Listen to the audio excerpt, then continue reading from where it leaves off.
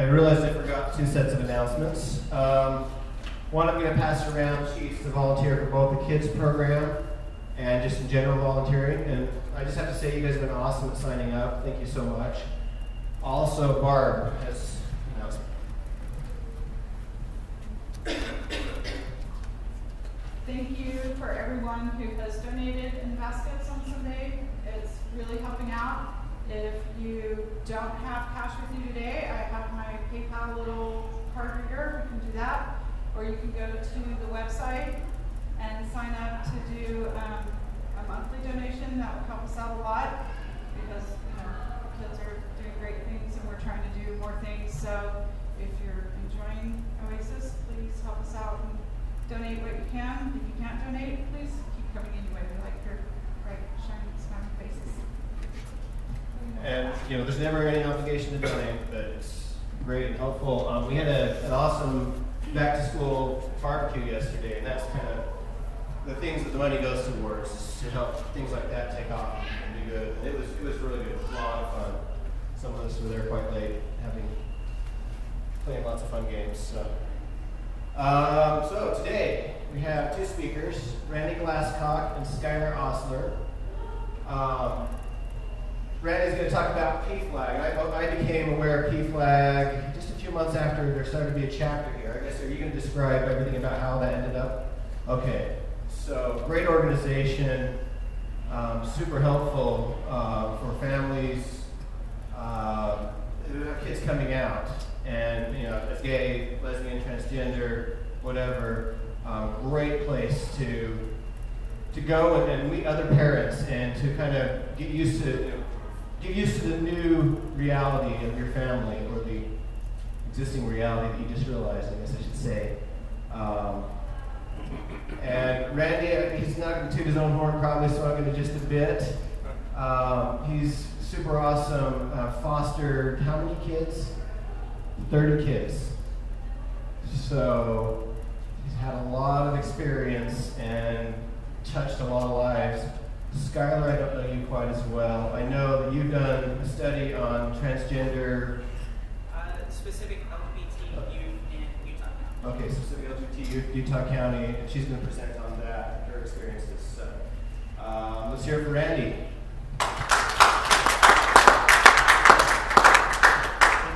Thank you. First, I want to talk about a little history on PFLAG, and then some about PFLAG's chapter locally, and some of the resources in the county. PFLAG started in 1972 by a mom who needed support for her gay son, and now it's their chapter all over the country. Provo's chapter really was officially chartered December 2014. We spent several months with exploratory committees, getting people together before we could actually be chartered, because they wanted to know, is this going to work there in Utah County, in Provo? So with PFLAG's goal is educating, supporting, and advocacy for the LGBTQ community.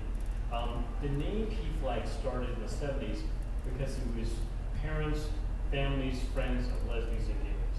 Well, now that doesn't only mean that. PFLAG is kind of the stamp, the name, the logo for an organization that provides education, support, advocacy for the entire LGBTQ plus community.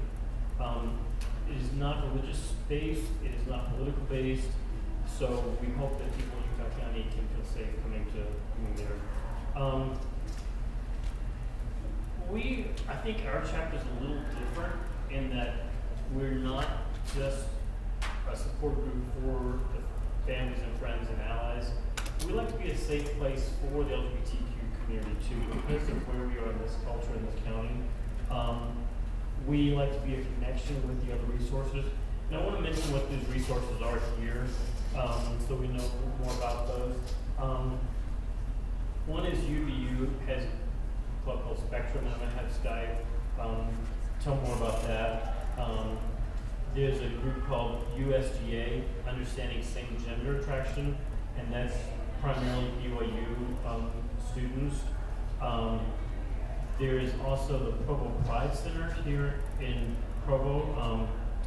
Actually, it's the Provo Pride Council. They work primarily with social events and with the Provo Pride Festival, which is in September 17th. Which Oasis has a booth for? Okay, and Oasis will be there. We work a lot with these groups and other groups in the county. Mainly, I like to think that at our meetings, first of all, our meetings are the first Tuesday of the month, and we meet at St. Mary's Episcopal Church in Provo at 7 o'clock. The first hour is an education hour. We have guest speakers. We've had speakers from Planned Parenthood, from Utah, from local school teachers, just people in the community who could educate on different areas. We've had a transgender panel last November. So during this first hour, there's education. The second hour is a support group. It's a very confidential meeting, so people can be safe when they're there. And then as part of that second hour, I like to basically coordinate services in the community. And I like and we have some usually representatives from Spectrum, USGA, Provo Pride, and other groups there. So we can all say, hey, what's happening in our community? And we can put that information on each other's Facebook pages or websites. So we're really good at sharing and being a part. So I think PFLAG, I think that's what PFLAG does differently in this community than maybe other areas. Other resources here locally, there's a group called Family Fellowship, and that started probably 20 years or more. And that thing was, so to describe that best, is that might be the LDS version of PFLAG. It started as a LDS parent support group. I don't think they're as active as we are. I think they have quarterly meetings, and they're more of a Facebook presence right now. And then there's another group called Affirmations, and that started, I think, in the late 70s. And at the time, my understanding is when that started, that was specifically LGBT people running that group and for them. Now it seems like that's more of a parent ally plus LGBT. It's kind of a mix. So I don't really know much about that, but that it does exist here. There's, let's talk about Encircle Together here, and that's a resource that's getting off the ground, supposedly opening next month in Provo. It's a resource center for LGBTQ youth. Could stop in during the day, get some information, or maybe possibly therapy there. Again, we don't have a lot of information on that right now, but they do have a website. Aren't they opening up like first week in September, I think? Or I've heard they are opening the first week in September. Again, the 10th. The cleanup day on the 2nd, and then Oh, the 10th yeah. they open. So there's a cleanup day, second, and then so we'll follow their webpage. It's Encircle Together. We've also worked. I've specifically where I came into this picture about 5 years ago when I had all of a sudden I had a nice empty nest. So it's kind of strange what I do with my life now. So that's when I started attending PFLAG in Salt Lake with a couple other parents from Utah County. And that's when we realized, hey, we need something in Utah County. That's when we worked and did that. But before that, what I was trying to do, I was trying to kind of network with who is around to do this. There's Equality Utah, which is the political action committee for the state. I've worked specifically with with them, made connections with them. There's the Utah Pride Center in Salt Lake. I've made some new connections with them previous to starting this chapter here, just to know what we need to do here locally. There's also a community called weexist.com or .org. I'll have to check that. I've got some brochures over here.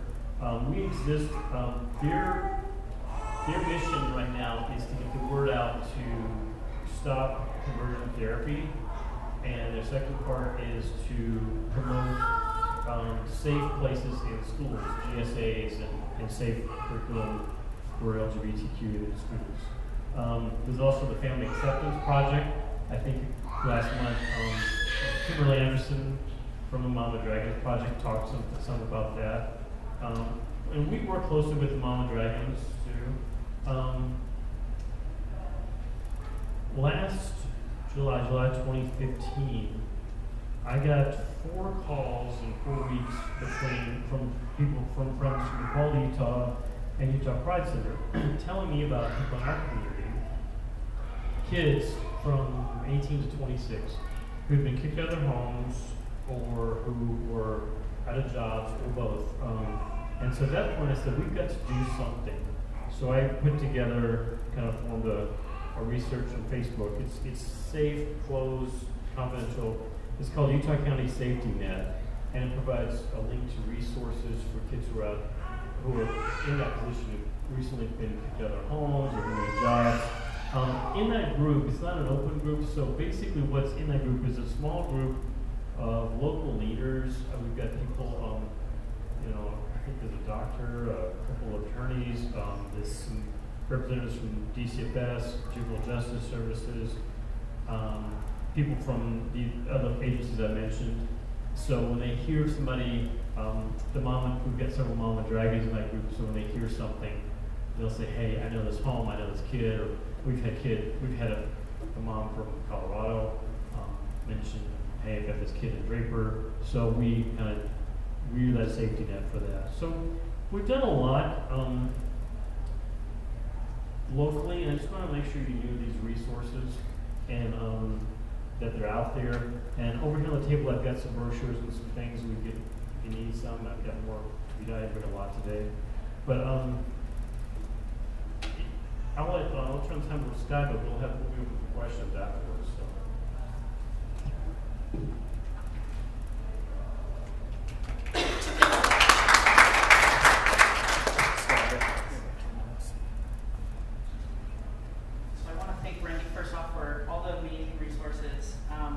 Most of the stuff I'm going to be sharing today is my personal experience with Provo.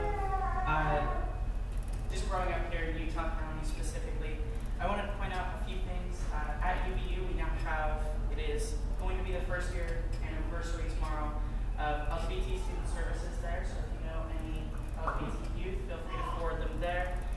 We have some great programs. We have about 3 or 4 events per week planned throughout the rest of the semester. I'm also part of the Spectrum Queer Student Alliance at UVU.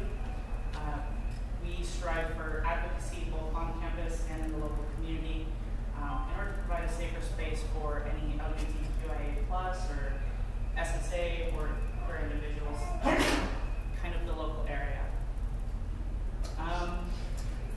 So my story starts kind of normal, same as everyone else's. I was born to a decently loving family.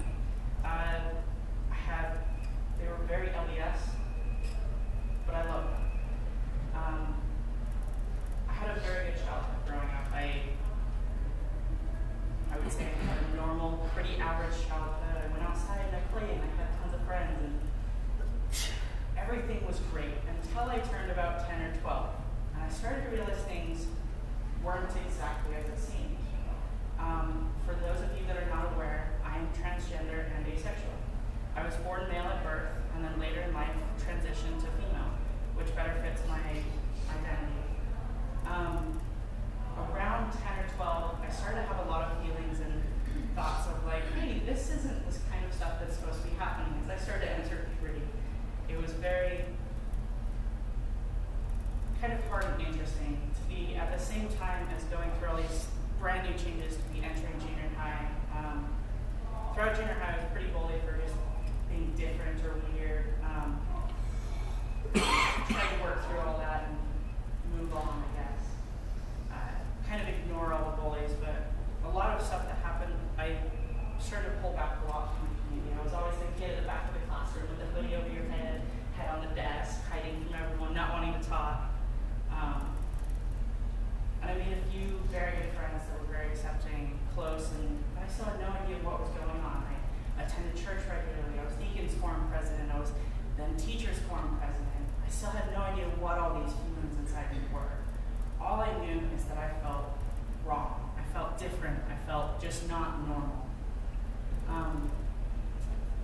As I started to enter high school, I realized most of the stuff just wasn't going away, but I decided, push it down further, ignore it. It'll get better.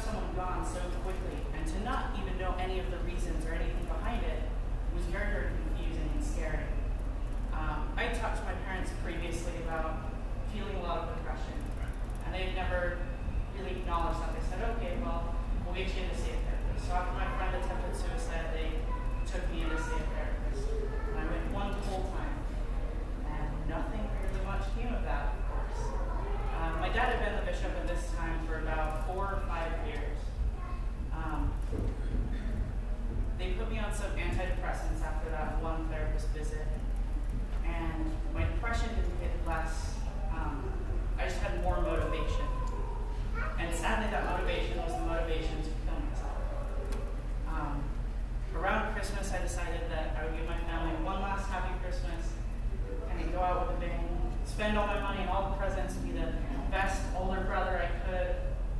And then at the end of it all, I would just offer myself to be done. On January 7, 2013, I attempted suicide and was taken to an inpatient facility. They had no idea what was wrong with me. They said, here's this kid, perfectly fine, LDS family, no idea what's wrong with them. I never even met a gay person. I had no idea that there was this entire range and just spectrum of people out there that existed. All I knew is this perfect Mormon boy stereotype that I had grown up to be. So they released me on outpatient after that week, and 2 or 3 days later, my mom found me again with a razor and shoved me back in the car and took me to the hospital. When they took me back up to the inpatient facility, they transferred me to a residential treatment center. After I got to this long-term residential treatment center, things took a turn for the good and then a turn for the worse. It was a very focused rehabilitation center on drug rehabilitation. Most of the people there were there for issues with narcotics or heroin or meth. And I was there for who knows what reason. I was just depressed and needed to figure it out. When I was reading in Narcotics Anonymous, and I read a story about a transgender woman, and I'd heard the term before, but I had never understood what it meant.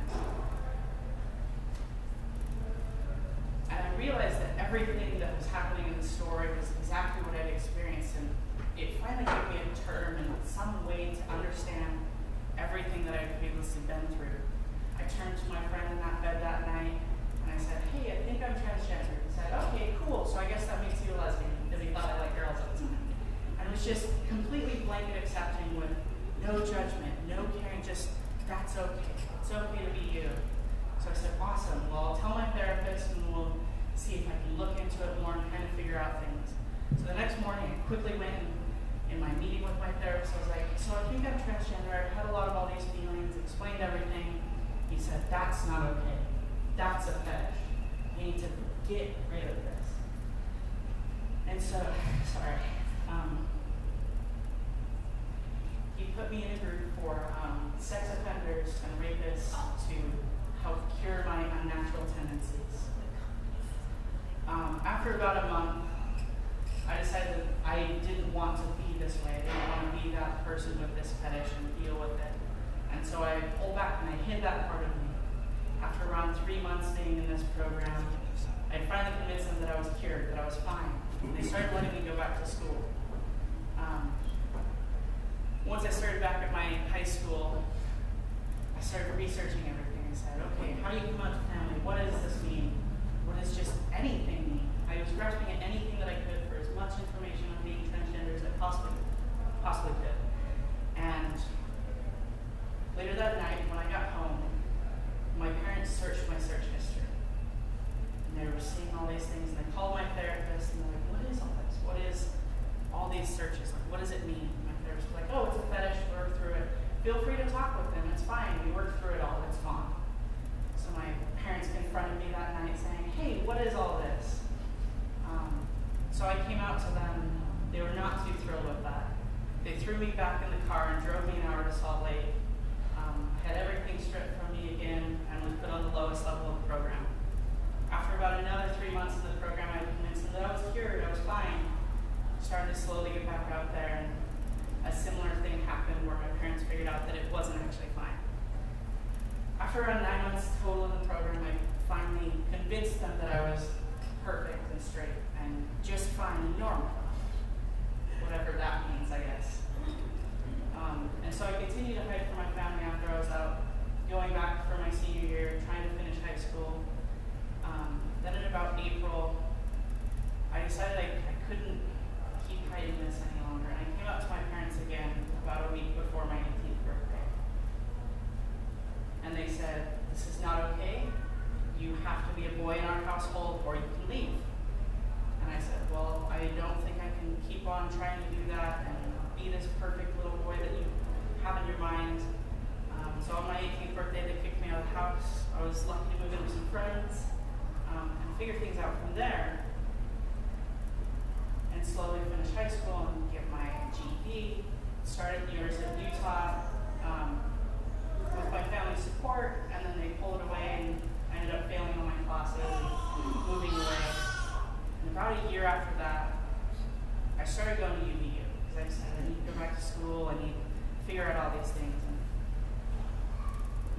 therapist who helped me kind of make up the plan to escape from the terrible kind of residential treatment center I was in, suggested, hey, you should go to the spectrum.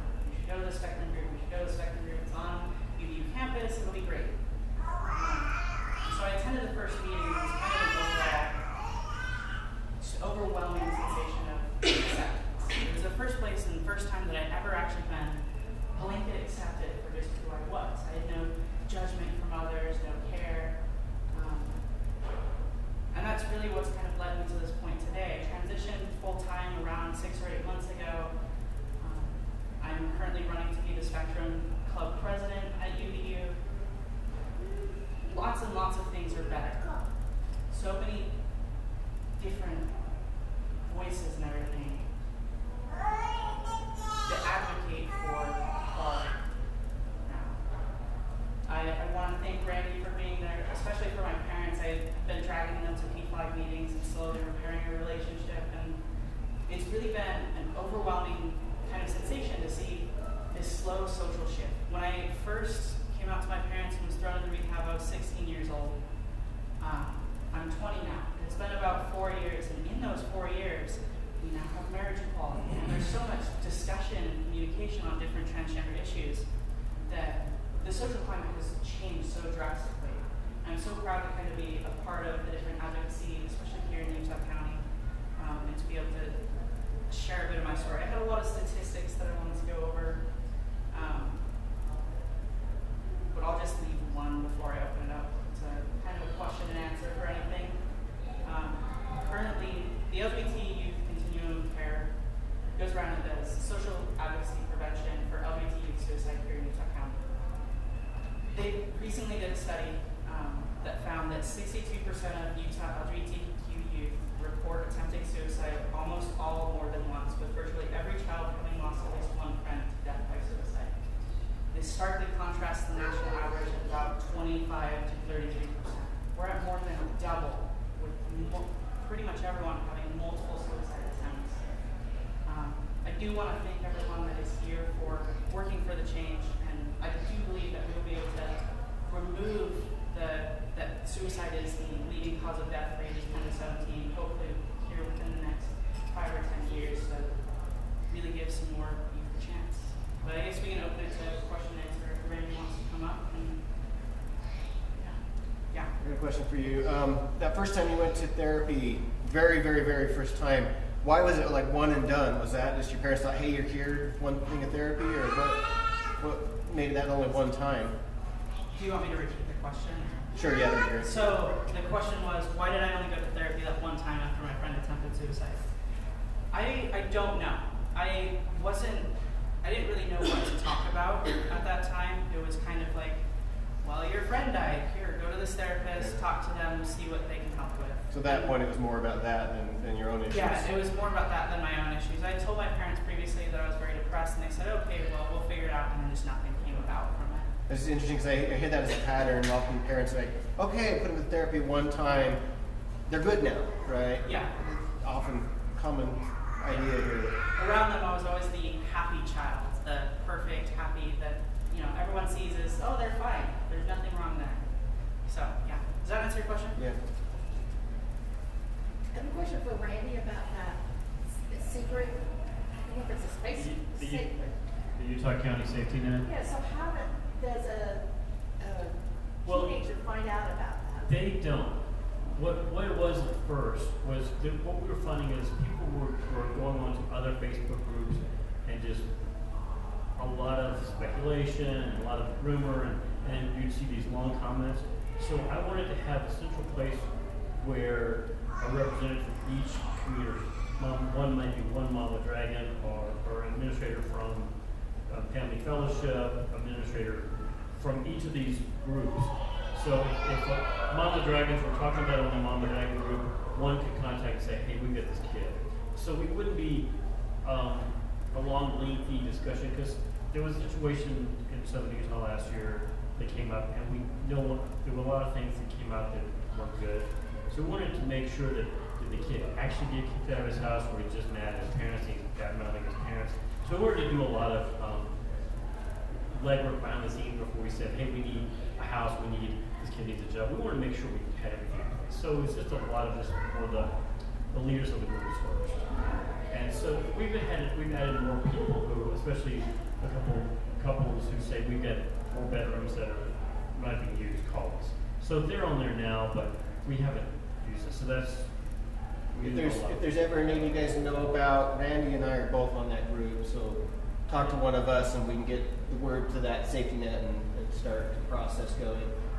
I'm always afraid when there's a post on that group, though. It makes my heart sink because I worry it's that not used. something. It's not used a lot because a lot of times things through Oasis or Mama Dragons gets things, but Mama Dragons and a few others will send a notice to us and say, hey, and we get the word out. We need to reach a wider network. We don't use it a lot. Is that plugged into the one Marion has going? Yeah, there's Yes. a new thing. Yeah. And did you see the thing in the Tribune? Yeah. Yesterday. And Miriam's, and she's on there. She's there a lot of different groups out of Salt Lake that are linked in because a lot of times last year in 2014 and 2015, there were people in Utah in Salt Lake hearing about things here in this county that we weren't knowing about because they didn't know where to get the kids and they didn't know where to go. So that's where a couple of friends at Equality Utah, they knew me, and a couple of friends at Utah Pride Center knew me. They go, well, let me call him. So that's what I said. I gotta get this together. So that's what it is. So now it's plugged in basically for the whole state, so you can get on there if you know somebody in North Salt Lake or Logan or even anywhere now. It's plugged in, and there's an article in yesterday's And Tribune. I want to say too, PFLAG has a great national website. So a lot of the things that are brought today you can download yourself. And PFLAG Provo / Utah County is our Facebook page. We have some great stuff. UVU has some great stuff. And Sky is a great person because she presented to the Alpine School District about the ugly bathroom bill stuff and the fears there.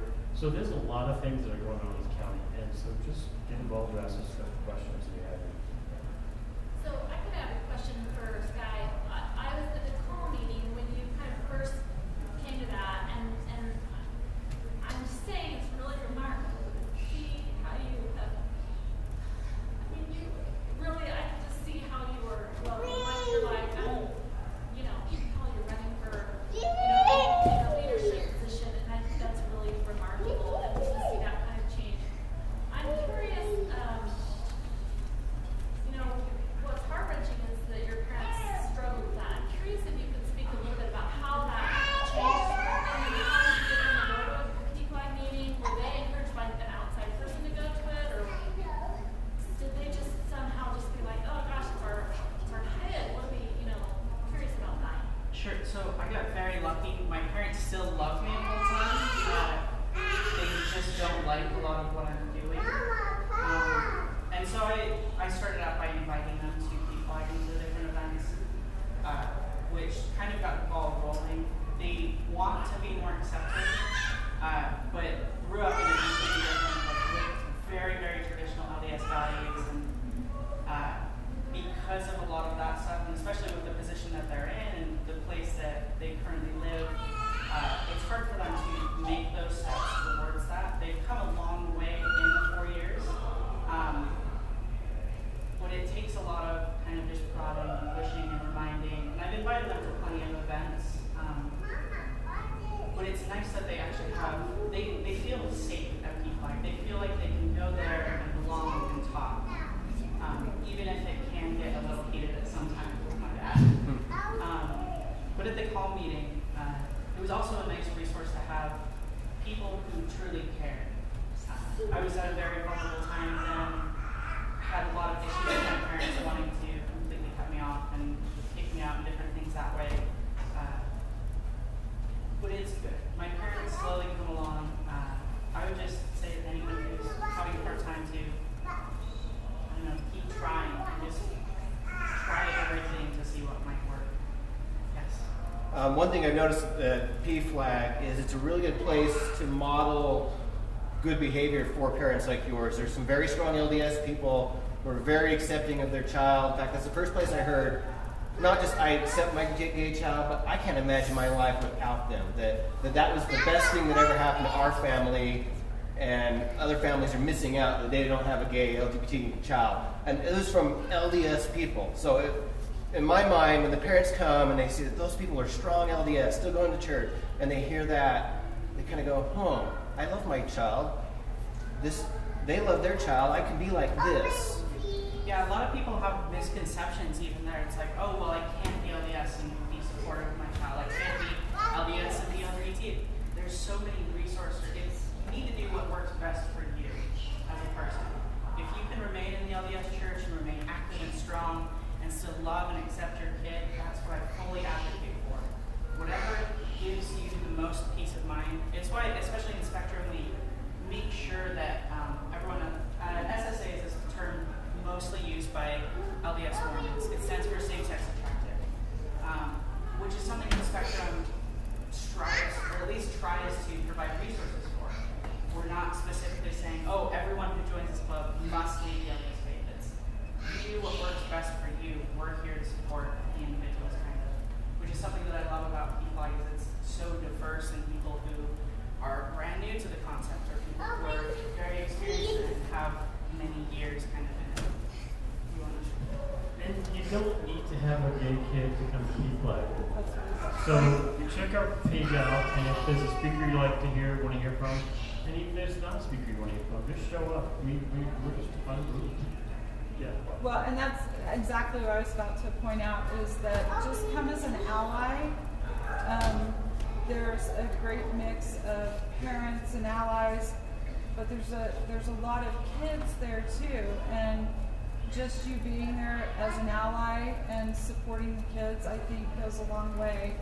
I mean, Sky and Ollie can probably speak more to that than I can. But I think that's where I've said our chapter is different from other chapters, because we welcome, when you said kids, the LGBTQ community who are here who don't have safe parents, who don't have parents who are going to meetings. We become their parents, and that's this. Any last questions? So I've got one. So you mentioned that it's more bringing the LGBT community than some PFLAG chapters. How do you balance that with the kind of the danger of parents needing to vent and maybe the raw emotion, the trying to figure things out during the support group time? Is that hard sometimes?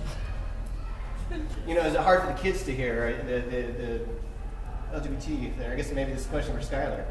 Yes. There was the most heated discussion we had was when some parents were defending the child to the parent. Oh, yeah. Well, it was Sky. yeah. Originally, everyone thought in PFLAG that my parents were being very supportive of me because I was presenting male at the time. They're using male pronouns, so at first they were like, "Oh, that's great. Thank you for supporting your child." I was like, "Actually, I'm like going the other way." And then there was, yeah. My dad is a very avid talker and fighter, and so they got into a heated discussion.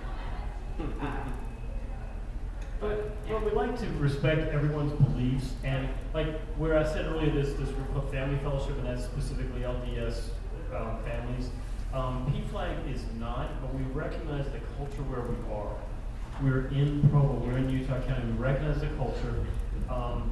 There are people coming from the culture, who left the culture, and they're angry, they're supportive of their kids, there are people who are still active in the culture and the church. So we have to recognize that and respect them for that. Just want to put out there if anyone has any more questions for me or about specific statistics, because I have read like 1,500 pages of peer reviewed art. Do you have a question? Yeah, I'm just curious what the statistics are.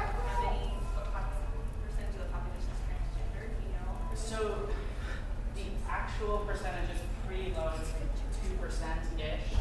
1 in 50 or 1 in 100. I don't even know.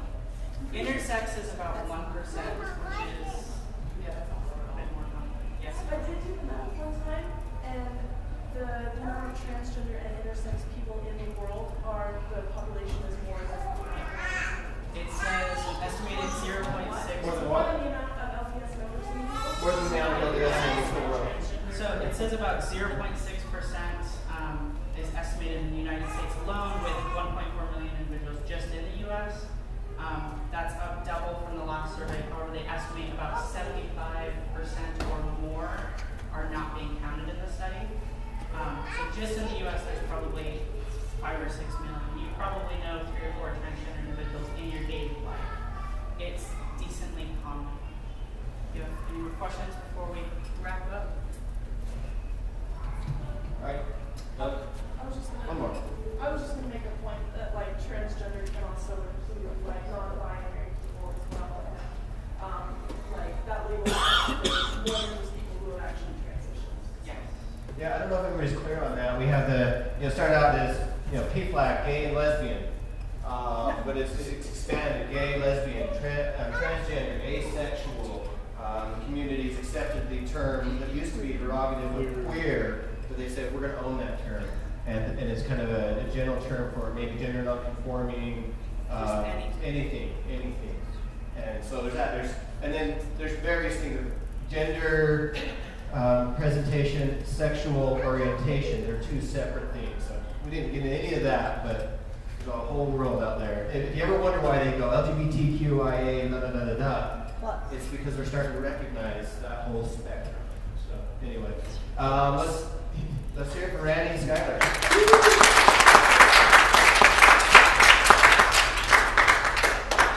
All right, thank you everybody, and see you next week. So it's done, but if you guys have questions, we'll continue on, but now the kids program should be done. So thanks.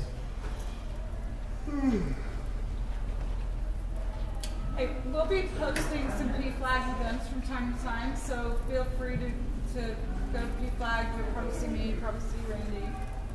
Might see a few more people. These kind of brochures over here are awesome to give to like parents. If you know a youth in your neighborhood that's coming out and you know that there's going to be some rough edges there, these pamphlets are great to help them smooth that over and figure it out.